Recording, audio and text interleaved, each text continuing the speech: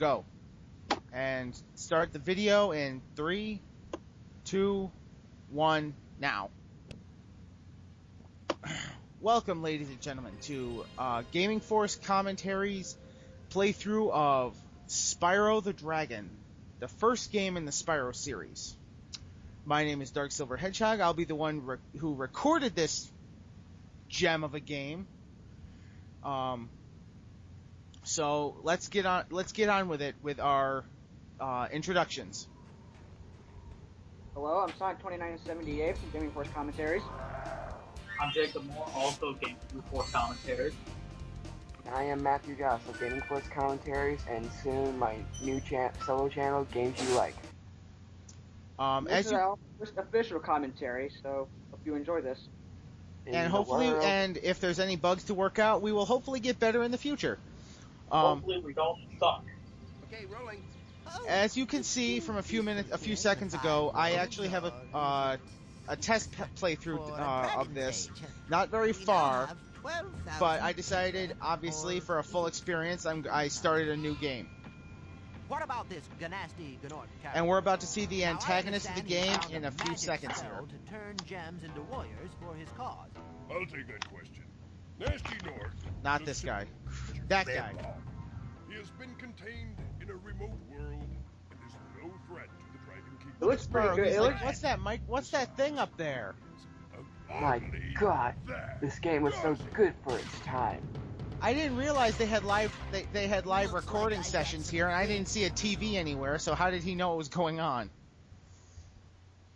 This game looks really good for Spyro's first game, by the way. Yeah, a lot better than a certain other game that I will not be getting into. But Does it involve a hedgehog? No. No. It involves giants and the sky. For releasing me, Spyro. Free 10 dragons in the artisan world. It looks like crap now in those games. Transport I you to don't the know why, next but Yeah. when you said, I don't know why, but when you described that, the first thing that popped in my head was Shadow of the Find Colossus. dragons first. That's all I can tell you. Back when it first came out, as soon as I saw his design, I'm like, no, thank you. Spyro's voice sounds like he's going through puberty. Spyro's does. Yeah. Well, he's a young dragon. It's actually, I don't. This is actually the only game with this voice actor. It changes it changes for a few games next time. Probably just to make it sound like he's older. Anyway, as you can see, we're chasing after this green frog thing. The main point of the game is to defeat Nasty Nork's minions called Norks. And I apologize for running into things. My new controller is a little finicky. Every world and home world has a certain amount of gems and a certain amount of dragons and the occasional thief. There are... Okay, let me rephrase that, because there's a thief in this level, but it's a different thief I'm talking about. It runs around carrying a dragon egg and it's wrapped up in blue fabric. Nasty Nork is the main antagonist of this game, and watch me fail several times. Why couldn't you cut this out? Because every editing software I have at the time sucks. It keeps crashing every time. I'm gonna get better in the future. Okay. The enemies that you face are actually gems that Nasty Nork has transformed into weak-ass warriors. Somehow they respawn, and I guess you can say you take their souls. And more failure. Because if you beat them the first time, they give a gem. When you die, or you come out of a level, I swear I get better. When you die or come out of a level, the Norks respawn, and you get like this weird white orb with blue rings around it. You collect a certain amount of them, and you get an extra life. I'm seeing you like have Spyro shoot fire. There's like, can you press and hold it, and like you'll shoot more fire, or does I accidentally canceled out of this dragon, so I got to do it again. But yeah, no, you can hold the button all you want, but it's just one single blast. In regards to gems, the red ones that look like generic diamonds but are red give you 1 gem. The green ones give you 2, the blue give you 5, the yellow give you 10, and the exceedingly rare purple give you 25. Those sheep over there, those are fodder. They act as a way to regain your life, which is following you around in the form of that yellow dragonfly named Sparks. Sparks has 3 levels, and after that, he goes away. And if you get hit after that, you die. Sparks has multiple uses. He's your health meter. He also flies around and collects gems if you are within a certain distance.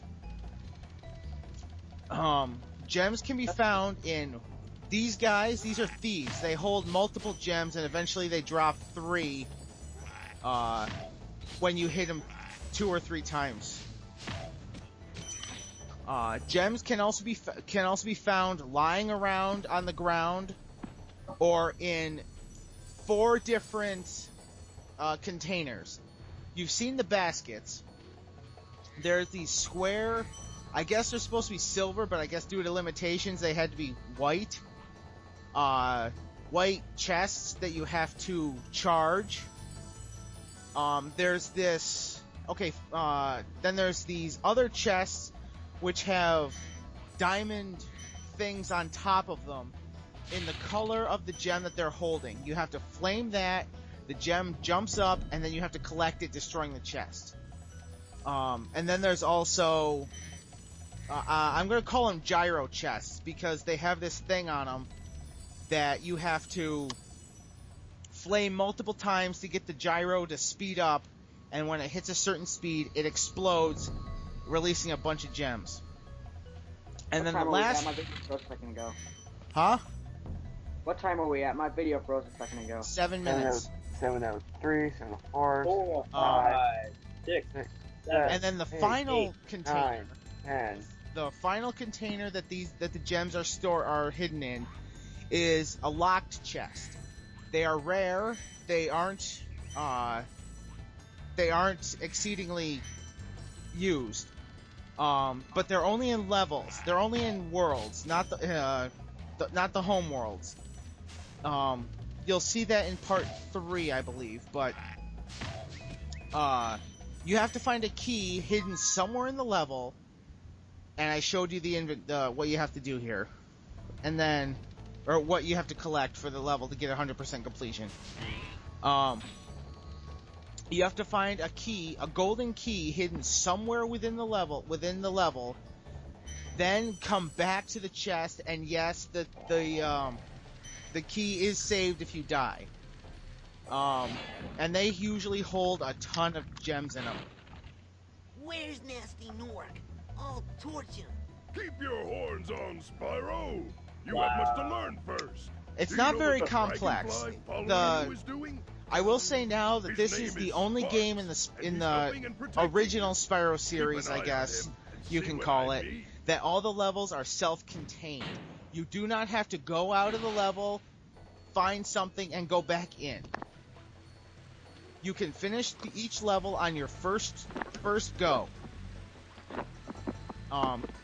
And this is not just random. Yeah, you can't swim in this one. It's like acid. And they're just It's a dragon.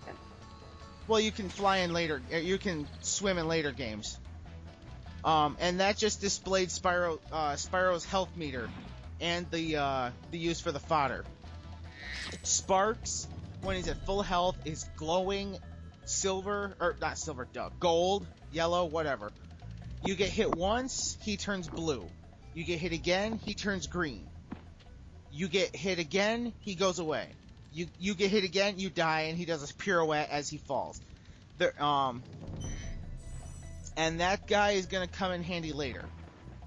And the roll, it's just basically for the rare enemy that has projectile attacks to dodge out of the way. Do a barrel roll. Yes. I'm finished. Just explaining the mechanics of the game. Yes. So should we This game is the only one to implement the roll, which is done by L1 or R1. So should we give our experiences with Spyro? So, how do you regain health in this game? Right there. I just showed you. You flame or charge the sheep, the frog, whatever little animal there is. And Okay. the dragon platforms also serve as save points.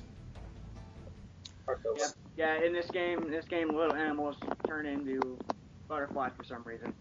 Yes. Because apparently dead sheep corpses were a bit disturbing. Yeah, and also there is really no. Obviously, there's no gore because as soon as you kill or defeat an enemy, he disintegrates. He doesn't exactly just. Yeah. You're gonna see later.